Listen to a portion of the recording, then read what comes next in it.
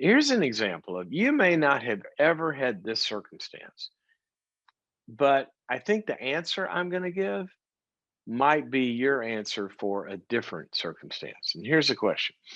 Dr. Cloud, my wife, who is from another country, has struggled to develop a close, satisfying relationship with another woman in the 17 years she's lived in the States. In other words, here a long time without a really close friend. Can you share some good relationship building skills that might be helpful to her situation? Thank you for your input. Well, first of all, I'm just going to sort of, since I don't know, I'm going to make up a set of facts. Okay. I'm going to make up a set of facts that there's nothing really clinical that would be, really preventing her from being able to do this, even if it were available. Okay.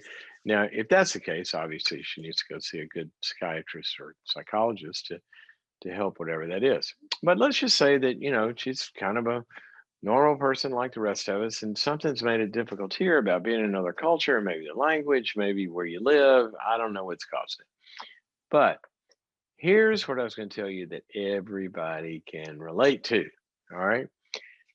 There are basically, sort of, mostly, pretty much two ways of doing something. One is we get off the couch and we go do it. Meaning, when we get off the couch and go apply energy to something, we invest ourselves, we take some steps, we go out and do some things that's just kind of normal. All right. Let's say you're single and you want to, get some dates. Now, what do? Well, you go out into the world and you find dates, right? You go to parties and mixers and get on dating sites or whatever it is, and you just find them. Or let's say you're trying to build community and you meet people at work and they introduce you to another person, or you go to church and you meet this person, and then you're at your bowling alley, and I mean, just kind of the course of life. You meet people, you build things, and that's just the way life works, unless it's not working. So, what do we do when just getting off the couch and going and doing something doesn't work? Well, then we flip it. Okay. Here's what I mean by that. The first way I said is you go out and make it happen. But if that's not working, and for whatever reason you're not able to make it happen, then flip it. Find where somebody else has made it happen for you and then go join it. All right. So if I'm having trouble making connections with people, then I need to figure out where has somebody already set up a circle of connections that I can go join. See, that way I don't have to build it. So, for example, let's say she calls a bunch of good therapists and they find a good therapy group. That'd be a great place to start in making meaningful connections with people. Now, what happens is from that, you build skills and you overcome blocks and you get ideas.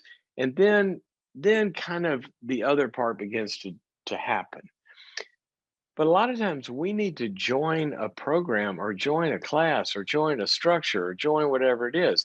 There are some people that wake up in the morning, get off the couch, and say, I want to go get in shape and I want to go work out. And they just go do it. There are other people that try that and fail over and over and over again. So what do? They find somewhere where that's already happening and they go join it.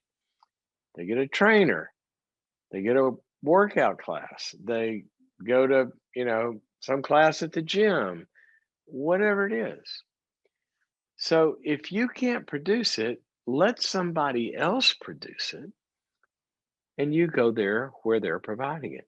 So I would suggest start with therapy. Start with a therapy group. Go to a recovery group. Go to Celebrate Recovery. Go to call all the churches in your town and say, where are some support groups that are already structured and already meeting that you can go join? Okay.